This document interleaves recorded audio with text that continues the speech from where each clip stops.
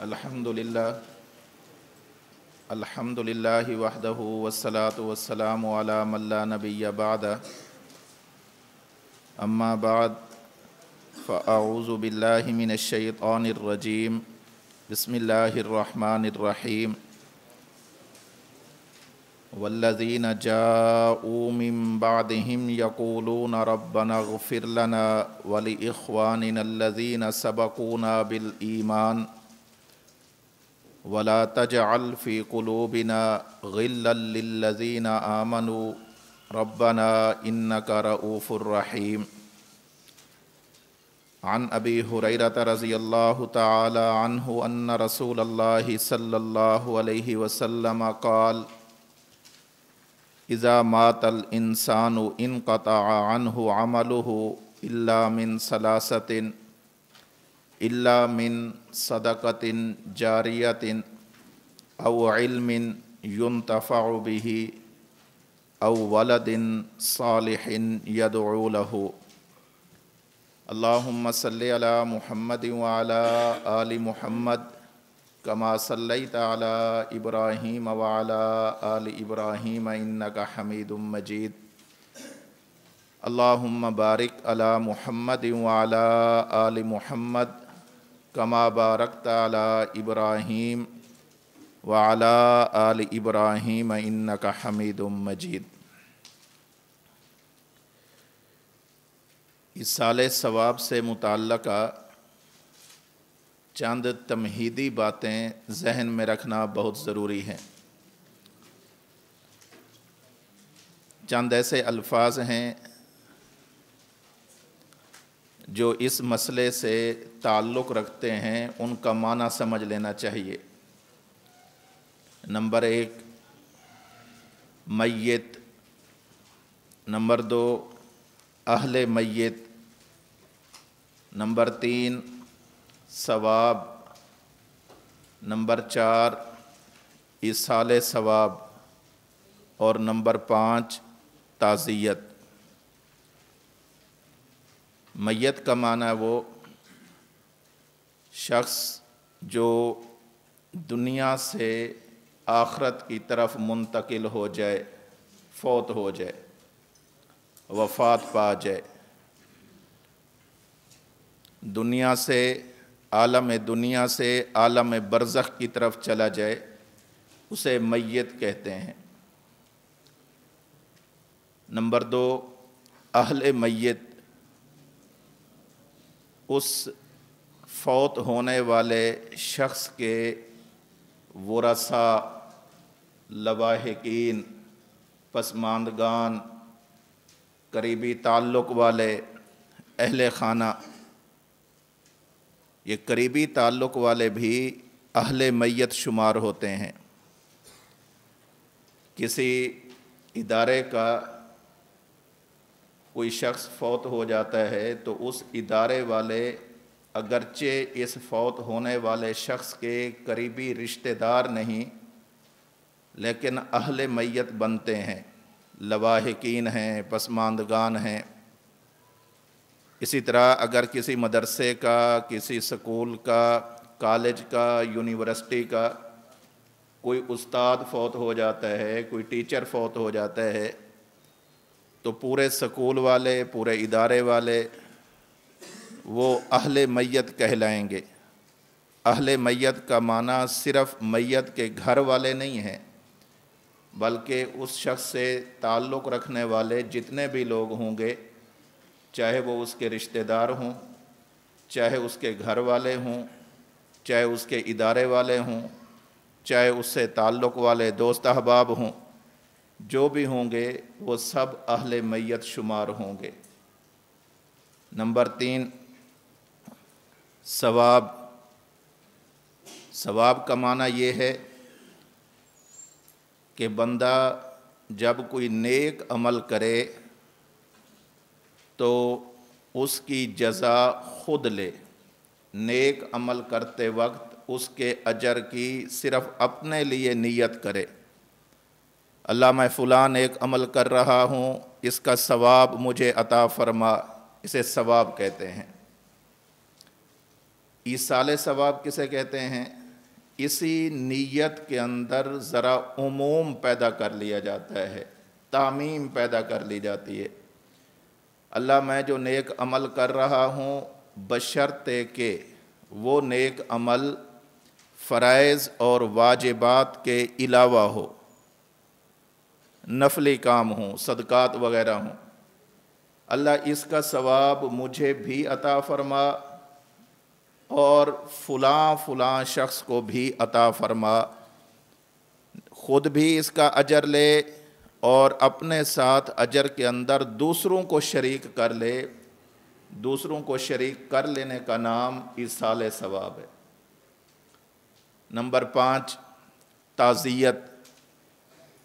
تعزیت کا مطلب ہوتا ہے کہ اہل میت کے پاس جا کر ایسے تسلی آمیز کلمات کہے جائیں کہ اہل میت ان کو سن کر تسلی میں آ جائیں، اسے کہتے ہیں تعزیت۔ تو دو چیزیں الگ الگ ہیں، ایک ہے ایصال ثواب اور دوسرا ہے تعزیت۔ ایصال ثواب ضرورت ہے میت کی اور تعزیت ضرورت ہے اہل میت کی۔ اہل میت کے پاس جا کر ایصال ثواب نہیں کرنا، وہاں جا کر تعزیت کرنی ہے۔ عام طور پر دیکھا گیا ہے کہ ہمارے لوگ آتے ہیں، تعزیت کے لیے آتے ہیں، لیکن تعزیت کی جگہ آ کر تعزیت نہیں کرتے، ایصال ثواب شروع کر دیتے ہیں۔ اہل میت کو ضرورت ہے تعزیت کی، ایسا جملہ کہو، ایسی بات کہو جس سے اسے تسلی ہو جائے۔ انا للہ و انا الیہ راجعون، انا للہ ما اخذ ولہ ما آتا وکل شیء عندہ باجل مسمی فلتصبر ولتحتسب۔ یہ الفاظ کہنے چاہیے، اتنا یاد نہیں، صرف اتنا کہہ دیں انا للہ و انا الیہ راجعون، تسلی امیز کلمات ہوں۔ اور اپنی اپنی زبان کے اندر، جو انسان جس زبان سے تعلق رکھتا ہے، اپنی اپنی زبان کے اندر بھی تعزیت کی جا سکتی ہے۔ تو یہ تعزیت ضرورت ہے اہل میت کی اور ایصال ثواب ضرورت ہے میت کی۔ نمبر 2، جب انسان فوت ہوتا ہے تو فوت ہوتے ہی اب یہ شخص احکام شرعیہ پر عمل کرنے کا مکلف نہیں رہا، اس کا عمل منقطع ہو جاتا ہے، دار الاعمال سے دار الجزا کی طرف ہجرت کر جاتا ہے۔ اب یہ بندہ عمل نہیں کر سکتا۔ اور یہاں اچھی طرح بات کو سمجھ لیں، اس عمل سے مراد وہ عمل ہے کہ جس پر جزا مرتب ہوتی ہو، وہ عمل نہیں کر سکتا۔ ہم اہل سنت والجماعت ہیں، ہمارا اجماعی اور اتفاقی عقیدہ نظریہ یہ ہے کہ حضرات انبیاء کرام علیہم الصلاۃ والسلام اپنی اپنی قبور مبارکہ میں زندہ ہیں اور وہاں پر نمازیں پڑھتے ہیں۔ الانبیاء احیاء فی قبورہم یصلون، یہ نماز پڑھتے ہیں، لیکن یہ نماز پڑھنا مکلف ہونے کی وجہ سے نہیں ہے، یہ راحت کی وجہ سے ہے، تلذذ کی وجہ سے ہے، اس پر جزا مرتب نہیں ہوتی۔ بہت سارے ایسے واقعات ملتے ہیں کہ جو بندہ قبر کے اندر تلاوت کر رہا ہے، یہ تلاوت ہے لیکن اس کا ثواب نہیں، صرف تلذذ ہے۔ اسی طرح جنت کے اندر اہل جنت ایک دوسرے سے سلام کریں گے، السلام علیکم ورحمۃ اللہ وبرکاتہ، ویسے دنیا میں کریں تو اس پر نیکی ہے، آخرت میں اس پر کوئی جزا نہیں، یہ تلذذ ہے، راحت ہے۔ تو یہاں جس عمل کی بات ہو رہی ہے، اس سے مراد وہ عمل ہے کہ جس کا انسان مکلف ہوتا ہے۔ تو جب بندہ فوت ہوتا ہے تو اب وہ اعمال نہیں کر سکتا، یعنی اب اس پر وہ اعمال لاگو نہیں ہوں گے، نافذ نہیں ہوں گے، اس کا وہ مکلف نہیں ہوگا، اعمال کا سلسلہ منقطع ہو جاتا ہے، اعمال نہیں کر سکتا۔ تو یہ وہ اعمال ہیں کہ جن پر جزا مرتب ہوتی ہے، جن کا ثواب ملتا ہے، باقی ان اعمال کی نفی نہیں کہ جن اعمال کی وجہ سے اللہ رب العزت راحت عطا فرماتے ہیں، ان اعمال کی نفی نہیں جن اعمال کی وجہ سے اللہ رب العزت انسان کو لذت عطا فرماتے ہیں۔ تو یہاں اعمال سے مراد ہے دنیا میں وہ کیے جانے والے اعمال جن کا انسان مکلف ہوتا ہے، وہ عمل کرنا اب منقطع ہو گیا، ختم ہو گیا۔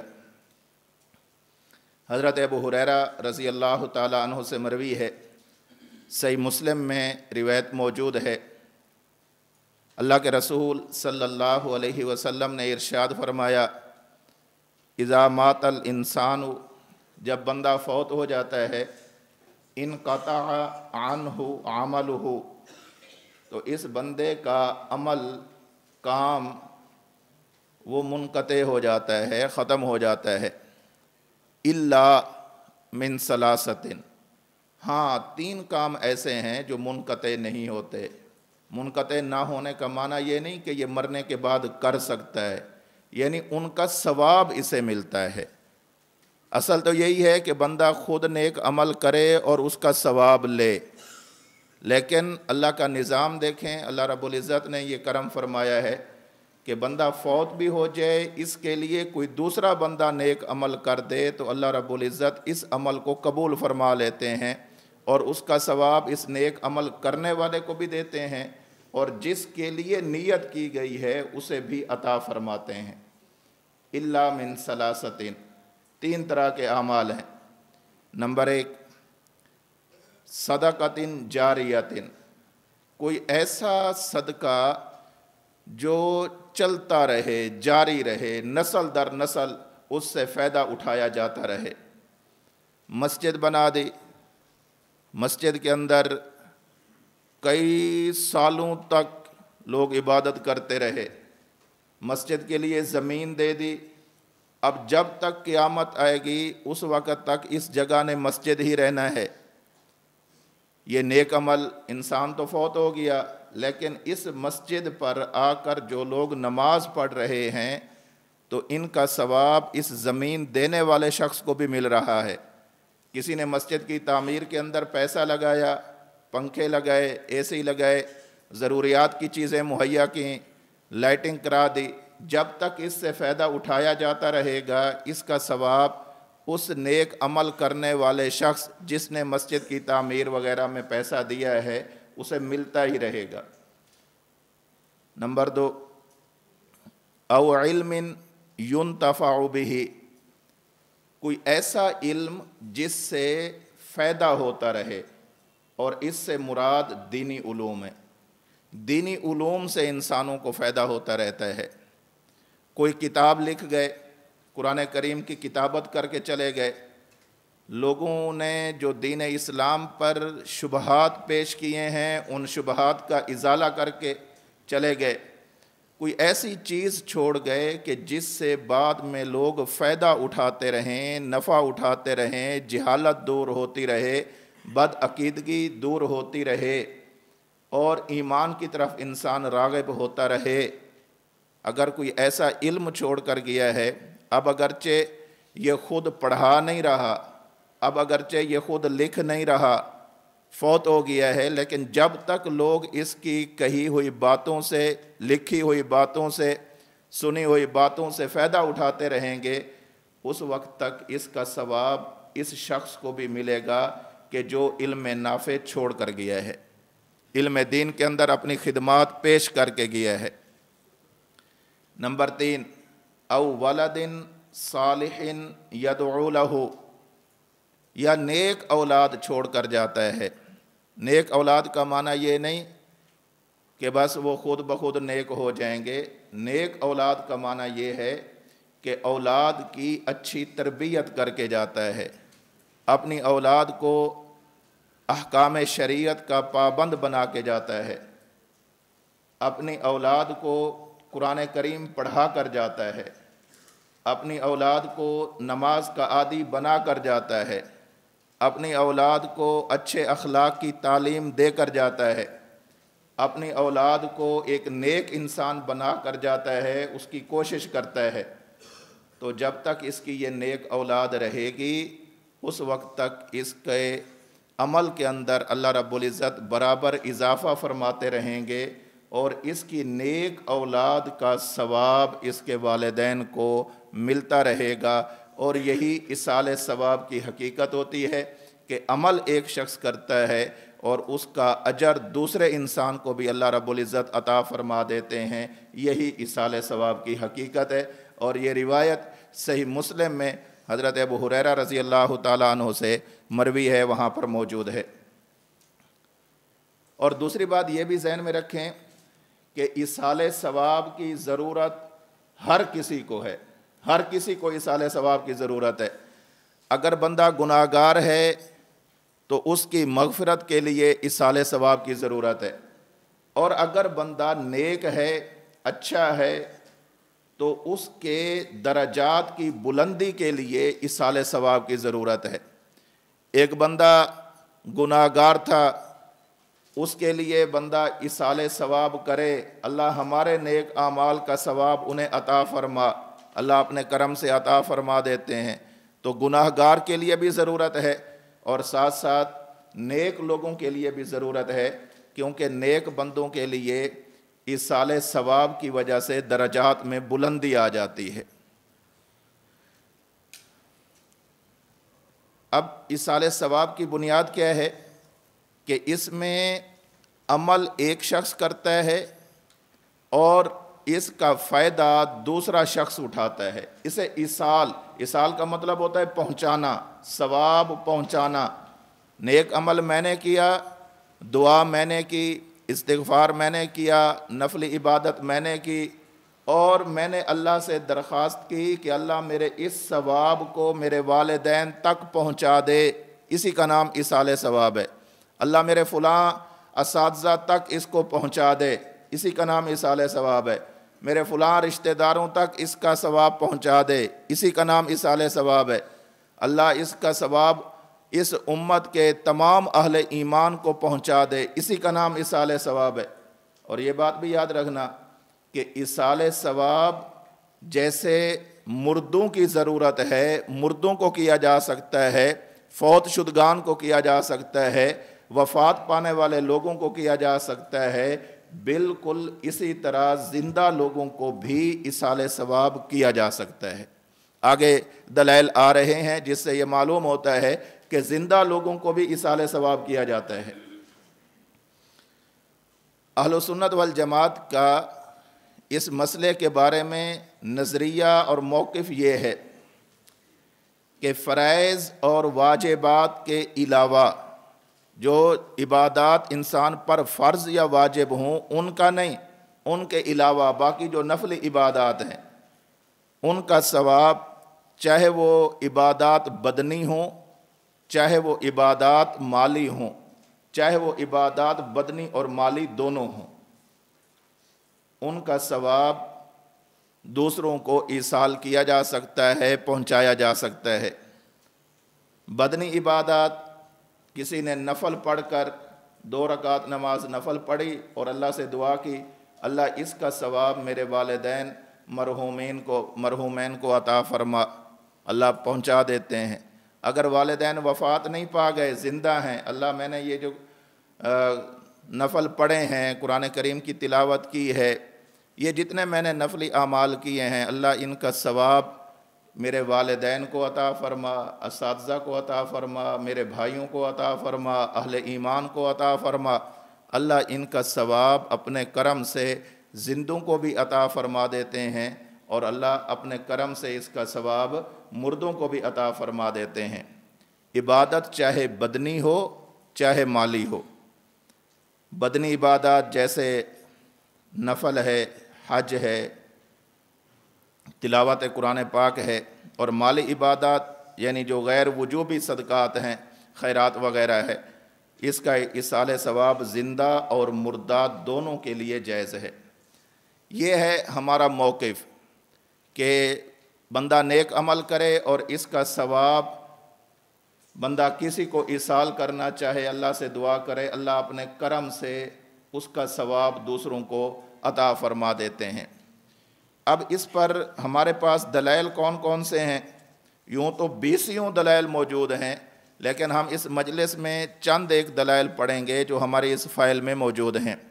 سب سے پہلی دلیل قرآن کریم کی سورۃ التوبہ آیت نمبر 103، اللہ رب العزت ارشاد فرماتے ہیں خذ من اموالہم صدقۃ تطہرہم وتزکیہم بہا وصلی علیہم ان صلاتک سکن لہم واللہ سمیع علیم۔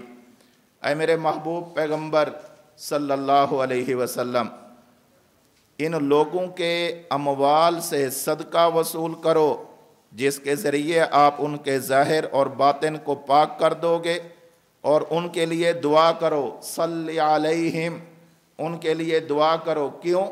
ان صلاتک سکن لہم، اس لیے کہ آپ کی دعا ان کے حق میں باعث تسکین ہے۔ واللہ سمیع علیم، اور اللہ کی ذات ہر بات کو سننے اور جاننے والی ہے۔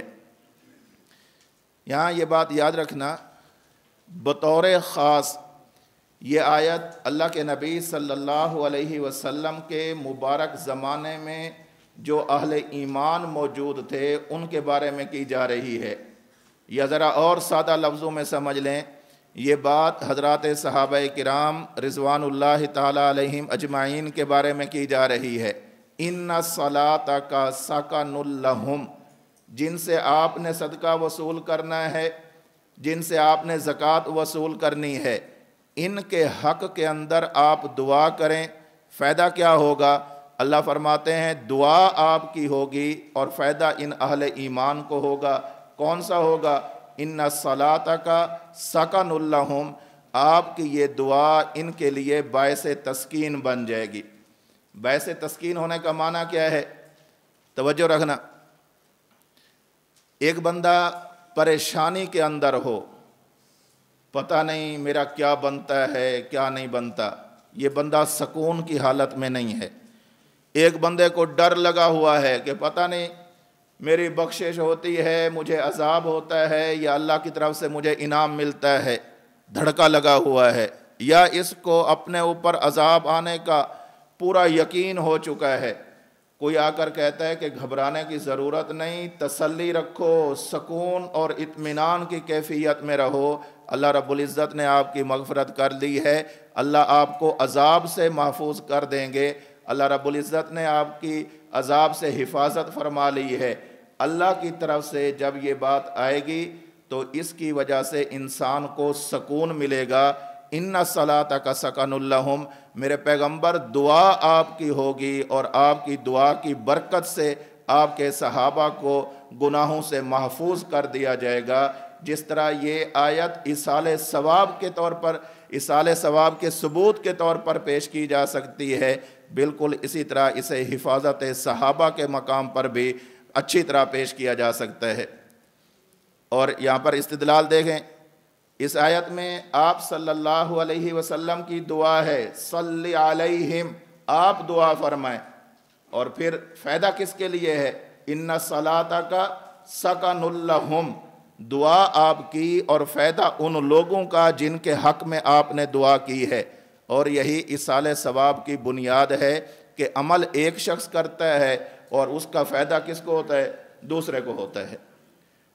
دلیل نمبر 2، سورۃ الحشر آیت نمبر 10، اللہ رب العزت ارشاد فرماتے ہیں والذین جاءوا من بعدہم یقولون ربنا اغفر لنا ولإخواننا الذین سبقونا بالایمان ولا تجعل فی قلوبنا غلا للذین آمنوا ربنا انک رؤوف الرحیم۔ یہ مال فے ان لوگوں کا بھی حق ہے جو ان مہاجرین و انصار کے بعد آئے۔ وہ کہتے کیا ہیں؟ یقولون، وہ یوں کہتے ہیں ربنا اغفر لنا، اللہ ہماری بخشش فرما، وَلِإِخْوَانِنَا الَّذِينَ سَبَقُونَا بِالْإِيمَانِ، اور ہم سے پہلے جو لوگ اہل ایمان تھے وہ ایمان لانے میں سبقت اختیار کر گئے، اللہ ہماری بھی بخشش فرما اور ان لوگوں کی بھی بخشش فرما۔ وَلَا تَجْعَلْ فِي قُلُوبِنَا غِلًّا لِلَّذِينَ آمَنُوا، ہمارے دلوں کے اندر ان کے لیے کوئی کینہ پیدا نہ فرما، اِنَّكَ رؤوف الرحیم، اب دیکھیں یہ جو بعد میں ایمان لانے والے لوگ ہیں یہ کن کے لیے دعا کر رہے ہیں؟ نمبر 1 اپنے لیے، اور نمبر 2 اپنے سے پہلے ایمان لانے والوں کے لیے۔ تو ان کی دعا انہیں بھی فائدہ دے رہی ہے اور ان کی دعا دوسروں کو بھی فائدہ دے رہی ہے۔ جب بندہ عمل خود کرے اور اس کا اجر لے، اسے ثواب کہتے ہیں، اور جب بندہ عمل خود کرے اور اس کا اجر دوسروں کے لیے اللہ سے مانگے اور اللہ انہیں عطا فرما دیں، انہیں ایصال ثواب کہتے ہیں۔ تو آیت کے اندر دونوں چیزیں ثابت ہو رہی ہیں، ربنا اغفر لنا ثواب ہے، وَلِإِخْوَانِنَا الَّذِينَ سَبَقُونَا بِالْإِيمَانِ ایصال ثواب ہے۔ نمبر 3، بلکہ اسی آیت کے ذیل میں امام سیوطی رحمۃ اللہ علیہ، جن کی وفات 911 ہجری میں ہے، وہ فرماتے ہیں وَقَدْ نَقَلَ غَيْرُ وَاحِدٍ الْإِجْمَاعُ عَلَىٰ أَنَّ الدُّعَاءَ يَنْفَعُ الْمَيِّتَ وَدَلِيلُهُ مِنَ الْقُرْآنِ قَوْلُهُ تَعَالَىٰ وَالَّذِينَ جَاءُوا مِن بَعْدِهِمْ يَقُولُونَ رَبَّنَا اغْفِرْ لَنَا وَلِإِخْوَانِنَا الَّذِينَ سَبَقُونَا بِالْإِيمَانِ شرح الصدور باب ما ينفع المیت فی قبرہ۔ اس بات پر بہت سے اہل علم نے اجماع نقل کیا ہے کہ زندہ شخص کی دعا کا فائدہ میت کو ہوتا ہے، اور دلیل سورۃ الحشر کی آیت ہے۔ اور یہی چیز ہم کہتے ہیں ایصال ثواب کی بنیاد کیا ہے کہ بندہ نیک عمل خود کرے اور اس کا ثواب دوسروں کو دے، اس کا اجر دوسروں کو دے، اور خود بخود نہیں دینا، اس دینے کے لیے اللہ سے دعا مانگنی ہے، اللہ یہ میں نے نیک کام کر دیا ہے، اس نیک کام کا اجر مجھے بھی عطا فرما، ثواب میرے علاوہ دوسروں کو بھی عطا فرما، ایصال ثواب۔ تو یہ آیت بھی بتلا رہی ہے کہ میت کے حق کے اندر کی جانے والی جو دعا ہے یہ میت کو فائدہ دیتی ہے۔ اب میت یہ والا عمل خود کر رہی ہے یا اس کے لیے کوئی اور کر رہا ہے؟ تو ایصال ثواب کسے کہتے ہیں کہ جس کے لیے کسی اور کے لیے کوئی بندہ کام کرے، اسے ایصال ثواب کہتے ہیں، اور یہی چیز یہاں سے اچھی طرح ثابت ہو رہی ہے۔ دلیل نمبر 3، سورہ نوح میں اللہ رب العزت نے ارشاد فرمایا رب اغفر لی ولوالدی ولمن دخل بیتی مؤمنا وللمؤمنین والمؤمنات ولا تزد الظالمین الا تبارا۔ اے میرے پروردگار میری بھی بخشش فرما دیجئے، میرے والدین کی بھی، اور ہر اس شخص کی بھی بخشش فرما دیں جو میرے گھر میں ایمان کی حالت میں داخل ہوا ہے، اور تمام مومن مردوں کی اور تمام مومن عورتوں کی بھی، اور جو لوگ ظالم ہیں ان کو تباہی کے سوا کوئی اور چیز عطا نہ فرمائیں۔ حضرت نوح علیہ السلام اپنے لیے دعا کر رہے ہیں رب اغفر لی، اللہ میری مغفرت فرما، والی والدیہ، اللہ میرے والدین کی مغفرت فرما۔ یہ والدین کی مغفرت کے لیے جو دعا کی جا رہی ہے، اس دعا کا فائدہ انہیں ہوگا یا نہیں ہوگا؟ جب پیغمبر دعا مانگ رہے ہیں تو اس کا فائدہ پیغمبر کے والدین کو بھی ہوگا، حضرت نوح علیہ السلام کے والدین، اور جو حضرت نوح علیہ السلام کی مومن امت ہے اس کو بھی فائدہ ہوگا۔ اور یہ بات یاد رکھنا کہ ہمیشہ ایصال ثواب مومنوں کے لیے کیا جا سکتا ہے، ایمان والوں کے لیے کیا جا سکتا ہے، کافروں کے حق کے اندر ایصال ثواب نہیں ہو سکتا۔ استدلال، اس آیت کریمہ میں حضرت نوح علیہ السلام اپنی ذات کے ساتھ ساتھ اہل ایمان کے لیے بھی دعا فرما رہے ہیں۔ اگر ایک مومن کی دعا دوسرے مومن کے لیے مفید نہیں تو پھر دعا کرنے کا فائدہ کیا ہوا؟ فائدہ تو تبھی ہوگا کہ جب ایک مومن کی دعا دوسرے مومن کے لیے مفید بھی ہو، تبھی تو حضرت نوح علیہ السلام دعا مانگ رہے ہیں۔ اور اسی آیت کے ذیل میں، بلکہ اس آیت کے ذیل میں نہیں، وہ وَأَن لَيْسَ لِلْإِنسَانِ إِلَّا مَا سَعَى، اس کے تحت حضرت قاضی ثناء اللہ پانی پتی رحمۃ اللہ علیہ، جن کی وفات 1225 ہجری میں ہے، وہ فرماتے ہیں وَالظَّاهِرُ أَنَّ انْتِفَاعَ الْأَمْوَاتِ وَالْأَحْيَاءِ، میں نے شروع میں یہ بات ذکر کی تھی کہ ایصال ثواب کا ہمارا نظریہ زندہ اور مردہ دونوں کے لیے ہے۔ مردوں کے حق کے اندر بھی ایصال ثواب ہے اور زندوں کے حق کے اندر بھی ایصال ثواب ہے۔ یہی بات حضرت قاضی ثناء اللہ پانی پتی رحمۃ اللہ علیہ فرما رہے ہیں۔ فرماتے ہیں وَالظَّاهِرُ أَنَّ انتفاع الْأَمْوَاتِ وَالْأَحْيَاءِ بِدُعَاءِ الْأَحْيَاءِ غَيْرُ مُخْتَصَّةٍ بِهَذِهِ الْأُمَّةِ وَقَدْ قَالَ نُوحٌ عَلَيْهِ السَّلَامُ رَبِّ اغْفِرْ لِي وَلِوَالِدَيَّ وَلِمَنْ دَخَلَ بَيْتِيَ مُؤْمِنًا وَلِلْمُؤْمِنِينَ وَالْمُؤْمِنَاتِ۔ تفسیر مظہری سورۃ النجم تحت آیت وَأَن لَّيْسَ لِلْإِنسَانِ إِلَّا مَا سَعَىٰ۔ فرماتے ہیں کہ یہ بات بالکل واضح ہے کہ زندہ آدمی کی دعا کا فائدہ زندہ اور مردہ دونوں کو ہوتا ہے۔ یہ صرف اس امت کی خصوصیت نہیں بلکہ سابقہ امتوں میں بھی تھا، جیسا کہ حضرت نوح علیہ السلام نے اپنی ذات کے ساتھ ساتھ دیگر ایمان والوں کے لیے دعا فرمائی ہے۔ تو ایصال ثواب مردوں کو بھی ہوتا ہے اور ایصال ثواب زندوں کو بھی ہوتا ہے۔ دلیل نمبر 4، صحیح مسلم میں حضرت ابو ہریرہ رضی اللہ تعالی عنہ سے مروی ہے ان رسول اللہ صلی اللہ علیہ وسلم قال اذا مات الانسان انقطع عنه عمله الا من ثلاثة الا من صدقة جاریة او علم ينتفع به او ولد صالح يدعو له۔ اس پر شروع میں بات ہو چکی ہے۔ دلیل نمبر 5، سنن ابن ماجہ میں حضرت ابو ہریرہ رضی اللہ تعالی عنہ سے مروی ہے عن ابی ہریرہ رضی اللہ تعالی عنہ قال قال رسول اللہ صلی اللہ علیہ وسلم ان مما يلحق المؤمن من عمله وحسناته بعد موته علما علمه ونشره وولدا صالحا تركه ومصحفا ورثه او مسجدا بناه او بیتا لابن السبیل بناه او نہرا اجراه او صدقة اخرجها من ماله فی صحته وحیاته یلحقه من بعد موته۔ باب ثواب معلم الناس الخیر، اور یہ حدیث نمبر ہے 242۔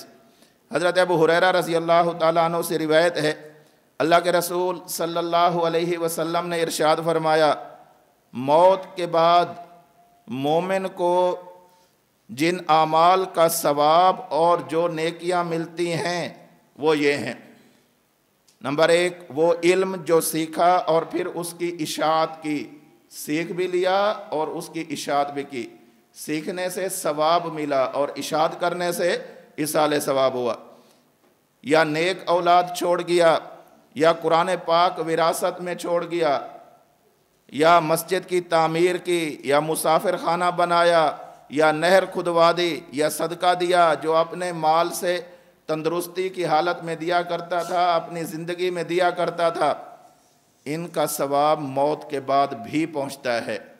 یہ ہماری بات نہیں، اللہ کے رسول صلی اللہ علیہ وسلم کا فرمان ہے، ہماری بات نہیں، خود اللہ رب العزت کا فرمان ہے کہ دعا یہ فائدہ دیتی ہے مومن کو۔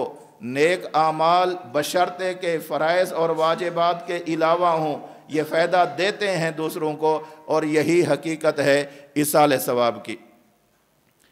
دلیل نمبر 6، حضرت جریر بن عبداللہ رضی اللہ تعالیٰ عنہ سے مروی ہے، اللہ کے رسول صلی اللہ علیہ وسلم نے ارشاد فرمایا، صحیح مسلم میں روایت موجود ہے، من سن فی الاسلام سنتا حسنتا فعمل بها بعده کتب له مثل اجر من عمل بها ولا ينقص من اجورهم شيء ومن سن فی الاسلام سنتا سیئتا فعمل بها بعده کتب علیہ مثل وزر من عمل بها ولا ينقص من اوزارهم شیء۔ صحیح مسلم باب من سن سنتا حسنتا، حدیث نمبر 6897۔ حضرت جریر بن عبداللہ رضی اللہ تعالی عنہ سے روایت ہے، اللہ کے رسول صلی اللہ علیہ وسلم نے ارشاد فرمایا، جس نے اسلام میں کسی اچھی بات کا طریقہ رائج کیا، یہ بات اچھی طرح ذہن میں رکھنا کہ اس اچھی بات سے مراد وہ کام ہے جو بدعت کے علاوہ ہو۔ آپ نے سنت اور بدعت کی فعل میں پڑھ لیا ہے کہ بدعت کی تعریف کیا ہے خیر القرون کے اندر جس چیز کا مقتضا بھی ہو اور اس پر عمل نہ کیا گیا ہو اور بعد میں اسی کو دین بنا کر شریعت بنا کر عمل کرنا، یہ بدعت کہلاتا ہے۔ جس بندے نے کوئی اچھا طریقہ رائج کیا جس کا مقتضا خیر القرون میں نہیں تھا، اب پیش آیا، مثلا کوئی ایسا بندہ ہے، ہمارے ہاں نئے نئے مسائل آ رہے ہیں، نئی نئی ضرورتیں سامنے آ رہی ہیں، ان ضرورتوں کو سامنے رکھتے ہوئے کوئی ایسا کام کیا کہ جس کام کرنے کے اندر لوگوں کے لیے سہولت ہو۔ پہلے بیت المال سے لوگوں کی ضروریات پوری ہوتی تھی، اب بیت المال نہیں، اب ایک بندہ اپنے گھر کے اندر اس نے راشن رکھ لیا، غریبوں کو اپنے گھر کے اندر بلا کر راشن دے دیتا ہے، اچھا طریقہ رائج کیا ہے۔ یا خود غریبوں کے پاس جاتا ہے، ان کی عزت نفس کو مجروح نہیں ہونے دیتا، اچھا طریقہ رائج کیا ہے۔ اب جو بندہ بعد میں اسی پر چلتا رہے گا اس بندے کو بھی ثواب ملے گا، اور جس نے اس طریقے کو رائج کیا ہے بشرطے کہ بدعت نہ بنے، بشرطے کہ بدعت نہ بنے، تو اس طریقے پر جس شخص نے اس طریقے کو رائج کیا ہوگا اس بندے کو برابر اس کا ثواب ملتا رہے گا۔ وَمَنْ سَنَّ سُنَّةً سَيِّئَةً، اور جس بندے نے کوئی بدعت ایجاد کر لی ہے، یہاں سنتاً سیئاتاً سے مراد ہی بدعت ہے، سنتاً سیئاتاً، سنتاً کا لغوی معنی مراد ہے طریقہ، برا طریقہ، اور برا طریقہ کیا ہوتا ہے؟ بدعت ہوتی ہے۔ اگر کسی بندے نے بدعت کو ایجاد کیا، بعد میں جو لوگ بھی بدعت پر عمل کرتے رہیں گے اس کا گناہ اس کے سر پر بھی آتا رہے گا۔ تو ہمارے ہاں کیا ہے، نیک عمل بندہ کرے اور اس کا ثواب اجر دوسروں کو بھی مل جائے، اسی کا نام کیا ہے؟ ایصال ثواب ہے۔ اور یہاں پر کیا آ رہا ہے؟ من سن سنتاً حسنتاً، جس بندے نے نیک کام، نیک طریقہ، اچھا طریقہ ایجاد کیا جس سے بعد والے لوگ فائدہ اٹھاتے رہے، تو اس بعد والے لوگوں کا فائدہ اٹھانے کی وجہ سے اس طریقے کے رائج کرنے والے کو بھی ثواب ملتا رہے گا، اور یہی ایصال ثواب کی حقیقت ہے۔ دلیل نمبر 7، ام المومنین صدیقہ کائنات عفیفہ کائنات سیدہ عائشہ صدیقہ رضی اللہ تعالی عنہا فرماتی ہیں، ان رجلا قال للنبی صلی اللہ علیہ وسلم ان امی افتلطت نفسها واظنها لو تکلمت تصدقت فهل لها اجر ان تصدقت عنها قال نعم، صحیح مسلم۔ حضرت عائشہ رضی اللہ تعالی عنہا فرماتی ہیں کہ ایک شخص نبی کریم صلی اللہ علیہ وسلم کی خدمت میں حاضر ہوا اور آ کر عرض کی کہ میری والدہ وصیت کیے بغیر اچانک فوت ہو گئی ہے، اور مجھے اچھی طرح یہ یقین ہے کہ اگر وہ اچانک فوت نہ ہوتی تو وہ یہ بات ضرور کہتی، صدقہ کرنے کا حکم دیتی یا خود صدقہ کرتی، تو اب وہ وصیت کیے بغیر اچانک فوت ہو گئی ہیں۔ فَهَلْ لَهَا أَجْرٌ إِن تَصَدَّقْتُ عَنْهَا، کیا اگر میں اس کی طرف سے، اپنی والدہ کی طرف سے صدقہ کر دوں تو اس کا فائدہ میری والدہ کو ہوگا؟ اللہ کے رسول صلی اللہ علیہ وسلم نے ارشاد فرمایا، نعم، ہاں، کام آپ کریں گے، نیک عمل آپ کریں گے، صدقہ آپ کریں گے، اللہ رب العزت اس کا اجر آپ کی والدہ کو عطا فرمائے گا۔ اور ایصال ثواب کی کیا حقیقت ہے کہ بندہ نیک عمل خود کرتا ہے اور اس کا فائدہ دوسروں کو ہوتا ہے، اور یہاں پر اللہ کے رسول صلی اللہ علیہ وسلم بھی یہی بات ارشاد فرما رہے ہیں، قال نعم، ہاں، اس کا فائدہ ہوگا۔ تو عمل کون کر رہا ہے؟ بیٹا۔ فائدہ کس کو ہو رہا ہے؟ فوت شدہ والدہ کو۔ اور ایصال ثواب میں کیا ہوتا ہے کہ بندہ عمل کرتا ہے اور اس کا فائدہ دوسروں کو ہوتا ہے، اور یہی ایصال ثواب کی حقیقت ہے۔ دلیل نمبر 8، حضرت ابو ہریرہ رضی اللہ تعالی عنہ سے مروی ہے، صحیح مسلم میں روایت موجود ہے، ان رجلا قال للنبی صلی اللہ علیہ وسلم ان ابی مات وترک مالا ولم یؤس فهل یکفر عنہ ان اتصدق عنہ قال نعم، وہی سوال وہی جواب ہے۔ پہلے سوال تھا والدہ کے بارے میں، اب دوسرا شخص آیا اور اس نے آ کر سوال کیا ہے اپنے والد کے بارے میں، اور یہ پوچھا ہے کہ اگر میں ان کے لیے کوئی صدقہ کر دوں تو اس کا اجر انہیں ملے گا؟ اللہ کے رسول صلی اللہ علیہ وسلم نے کیا ارشاد فرمایا کہ ملے گا۔ اور ایصال ثواب میں کیا ہوتا ہے کہ بندہ نیک عمل کرتا ہے اور اس کا ثواب دوسرے کو پہنچاتا ہے، اور یہی اس ایصال ثواب کی حقیقت ہے، اور اس کے جواز پر اللہ کے رسول صلی اللہ علیہ وسلم کی مہر ہے، قال نعم، ہاں عمل تم کرو گے لیکن اجر کس کو ملے گا؟ دوسرے کو ملے گا۔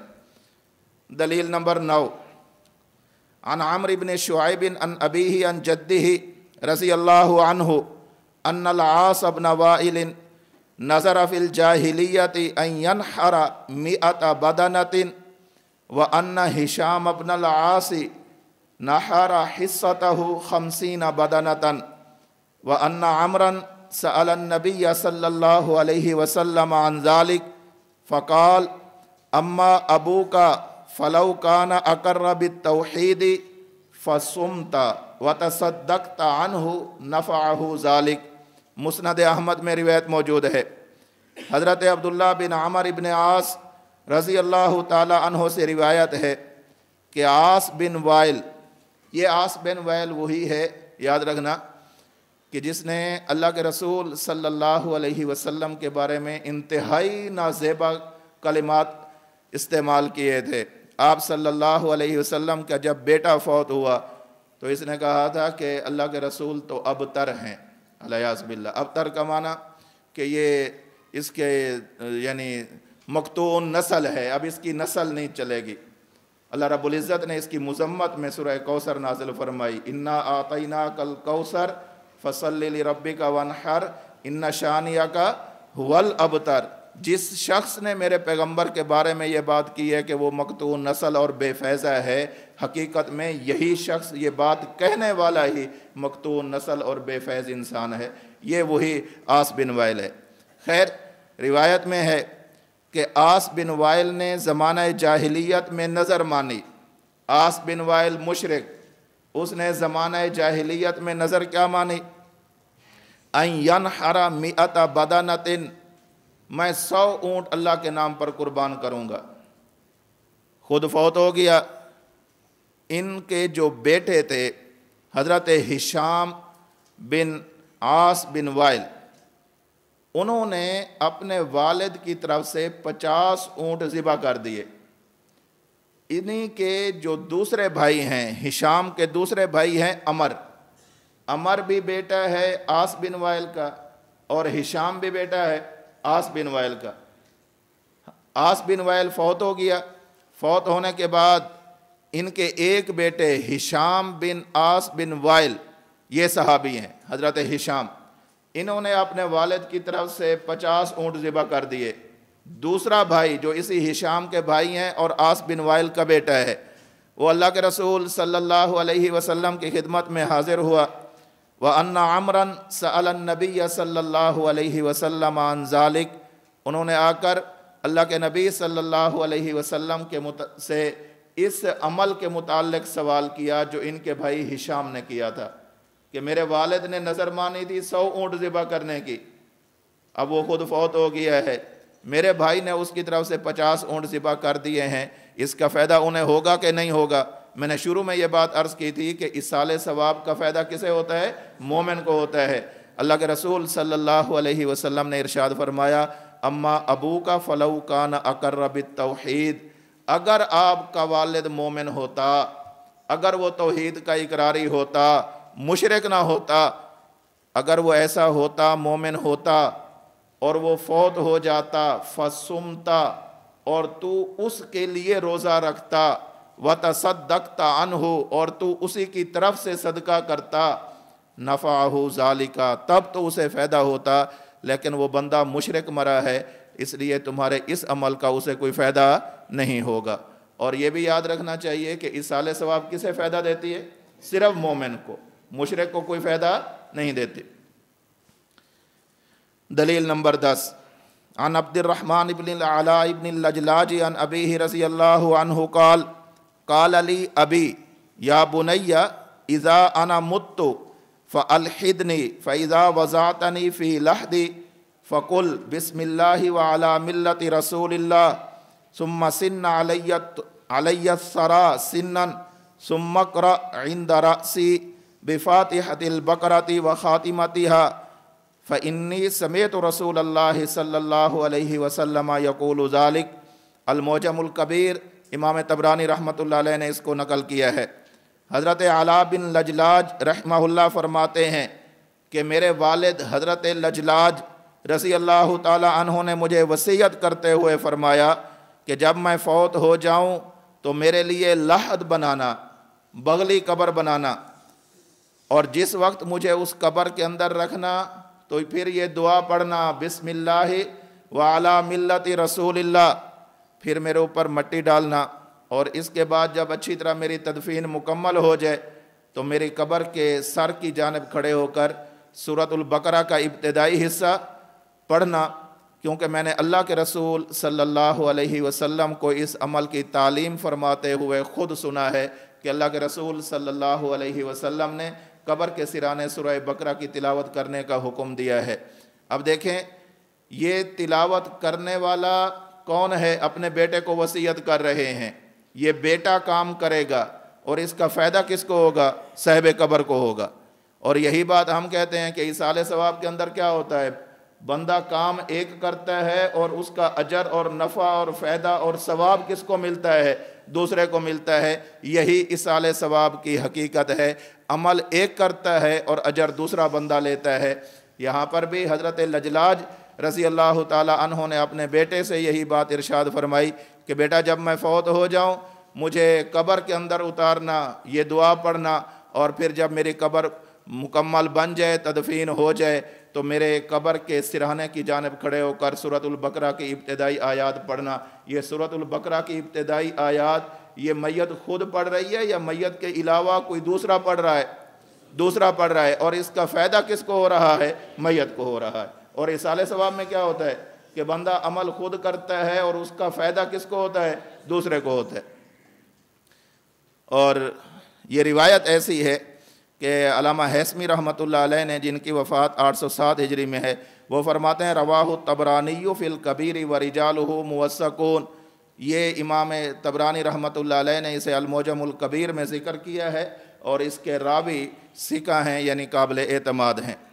دلیل نمبر 11، عن ابن عمر رضی اللہ عنہما یقول سمعت النبی صلی اللہ علیہ وسلم یقول اذا مات احدکم فلا تحبسوه واسرعوا به الى قبره وليقرأ عند رأسه بفاتحة الكتاب وعند رجليه بخاتمة البقرة في قبره۔ المعجم الکبیر للطبرانی۔ حضرت عبداللہ بن عمر رضی اللہ تعالی عنہما فرماتے ہیں میں نے نبی کریم صلی اللہ علیہ وسلم کو یہی فرماتے ہوئے سنا کہ جب تم میں سے کسی کا انتقال ہو جائے تو اسے زیادہ دیر اپنے گھر کے اندر روک کر مت رکھو۔ ہمارے ہاں تو فیشن چل پڑا ہے، کوئی بندہ فوت ہو جائے تو پھر 2 دن تک انتظار کیا جا رہا ہے، سرد خانے میں رکھا جا رہا ہے۔ جی کیا ہوا؟ اس کا بیٹا فلاں ملک سے آ رہا ہے، فلاں جگہ سے آ رہا ہے، کتنا وقت لگے گا؟ 24 گھنٹے۔ کتنا وقت لگے گا؟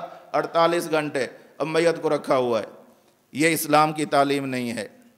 ہاں ایک انتظامی مسئلہ ایسا ہو جائے کہ کوئی بڑا بزرگ فوت ہو جائے اور جس کے جنازے میں شریک ہونے کے لیے لوگوں کی شدید تر خواہش ہو تو اس کے لیے کچھ انتظار کیا جا سکتا ہے، اس کی گنجائش موجود ہے، اگرچہ بہتر یہی ہے کہ اتنی انتظار بھی نہ کی جائے۔ حضرت مفتی رشید احمد صاحب رحمۃ اللہ علیہ، یہ جامعۃ الرشید کراچی والے، انہوں نے اپنی وفات سے پہلے وصیت کی کہ مجھے جلد از جلد دفنا دیا جائے، تمام امور سنت کے مطابق ادا کیے جائیں اور میری تدفین کے اندر جلدی کی جائے، تاخیر نہ کی جائے۔ واقفان حال یہ بتلاتے ہیں کہ حضرت مفتی رشید احمد صاحب رحمۃ اللہ علیہ کی وفات کے ٹھیک 3 گھنٹے کے بعد ان کی تدفین بھی پوری ہو چکی تھی۔ جنازہ بھی اسی میں ہے، غسل بھی اسی میں ہے، میت کو قبرستان اور جنازگاہ میں اسی کے اندر لے جایا گیا، تدفین بھی ہو گئی، 3 گھنٹے کے اندر اندر ہو گیا۔ اصل یہی ہے کہ اگر وہ میت نیک ہے، روایات میں آتا ہے، تو وہ میت کہہ رہی ہوتی ہے کہ مجھے یہاں پر کیوں روکا ہوا ہے، مجھے میرے رب سے ملاقات کرنے کے لیے جلدی لے چلو۔ اور ہمارے بزرگ فوت ہوتے ہیں، ان کی بھی یہی خواہش ہوتی ہے۔ ہاں، میں یہ اتنی بات ضرور عرض کروں کہ ایک بہت بڑی علمی، دینی، روحانی شخصیت فوت ہوتی ہے، ہماری ساری زندگی کی خواہش ہے کہ کاش ہماری ان سے ملاقات ہو جائے، مصافحہ ہو جائے، ان سے کچھ اکتساب فیض ہو جائے۔ ہم دور رہتے ہیں، نہیں کر سکتے، اور اس بزرگ کے جو لواحقین ہیں، پسماندگان ہیں، انہوں نے ہم لوگوں کی رعایت کے لیے معمولی سی تاخیر کر لی کہ بھئی ابھی فوت ہوئے ہیں، جنازہ عصر کی نماز کے بعد پڑھنے کی بجائے عشاء کی نماز کے بعد پڑھ لیتے ہیں، معمولی سی تاخیر ہے، ٹھیک ہے، اچھی بات ہے۔ لیکن کیا آج فوت ہوئے ہیں اور تیسرے دن جنازہ ہو رہا ہے؟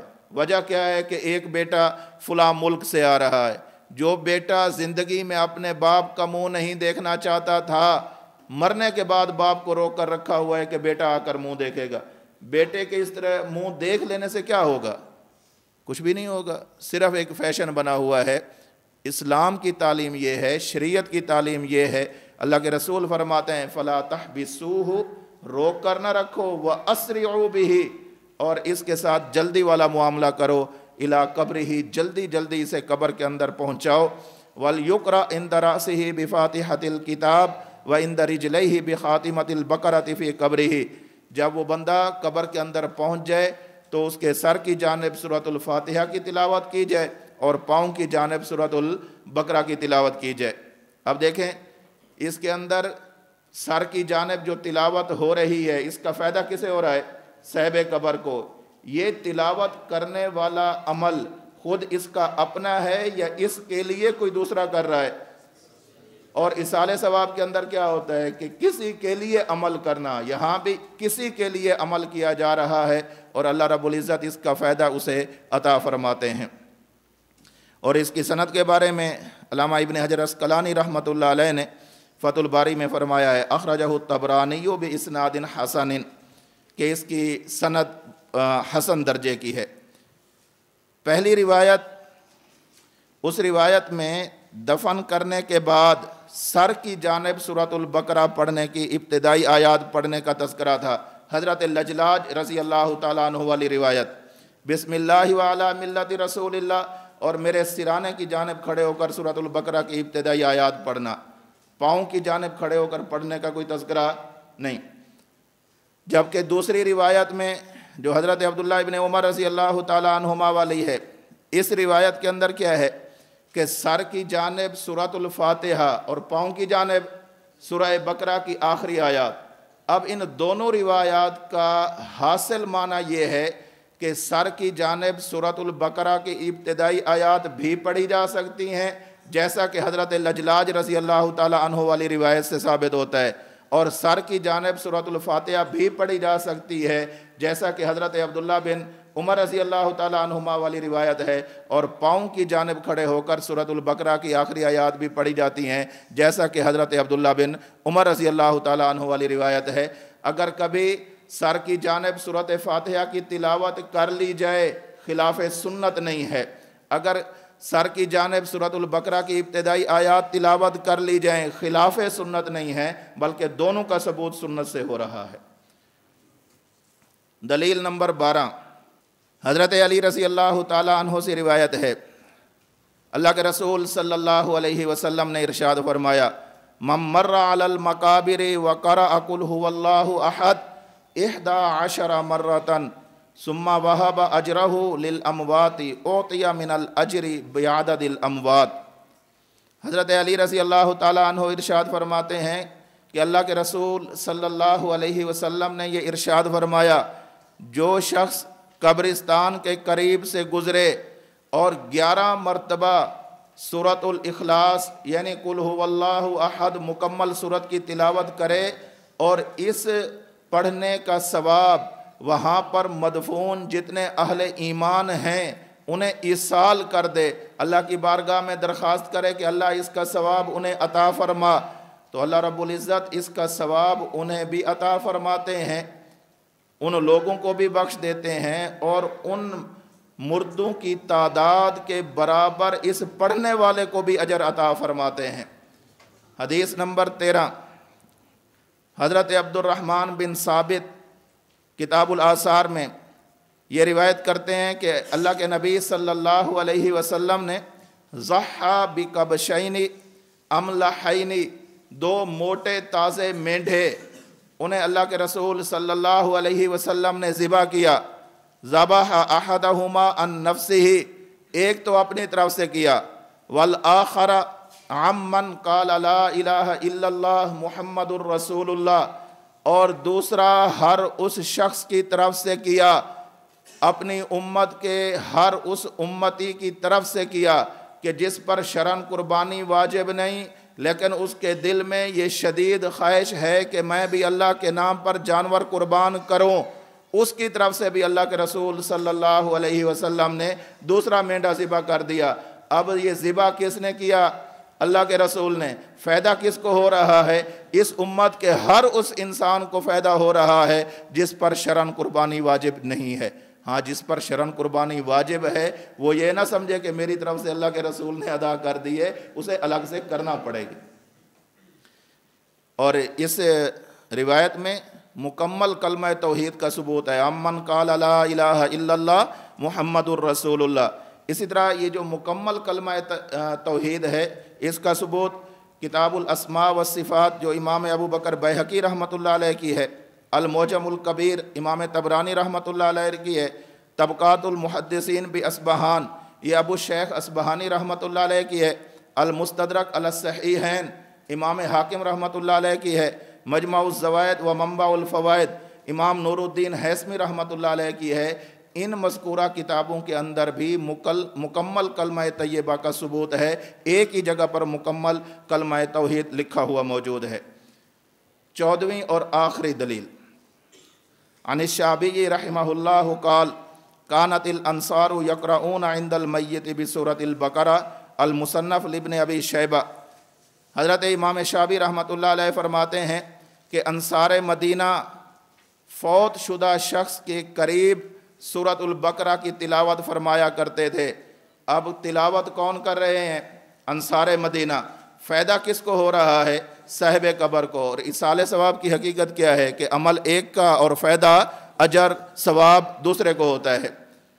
اور اس کی روایت کے اندر بھی جو راوی ہیں ان کی توثیق یہاں پر لکھی ہوئی ہے۔ خلاصہ یہ ہے، میں نے آج کی اس نشست میں قرآن کریم کی 3 آیات، نمبر 1 سورۃ البقرہ کی آیت نمبر 103 ان الصلاۃ سکن لہم، نمبر 2 سورۃ الحشر کی آیت نمبر 10 والذین جاءوا من بعدہم یقولون ربنا اغفر لنا ولاخواننا الذین سبقونا بالایمان، نمبر 3 سورہ نوح کی آیت نمبر 28 رب اغفر لی ولوالدیّ۔ یہ قرآن کریم کی 3 آیات اور 2 آیات کے تحت مفسرین کے حوالے ذکر کیے ہیں، اور اس کے بعد 11 احادیث پیش کیے ہیں۔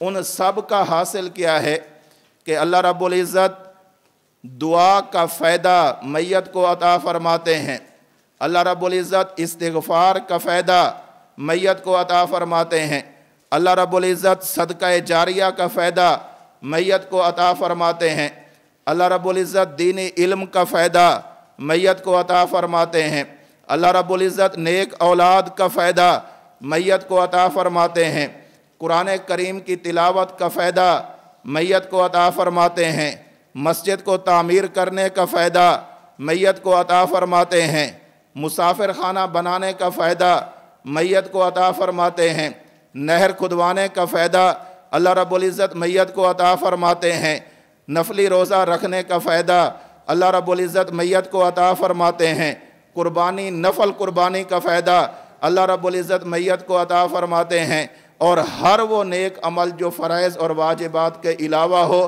بشرطے کہ بدعت نہ بنتا ہو، اس کا فائدہ بھی اللہ رب العزت میت کو عطا فرماتے ہیں۔ وآخر دعوانا ان الحمد للہ رب العالمین۔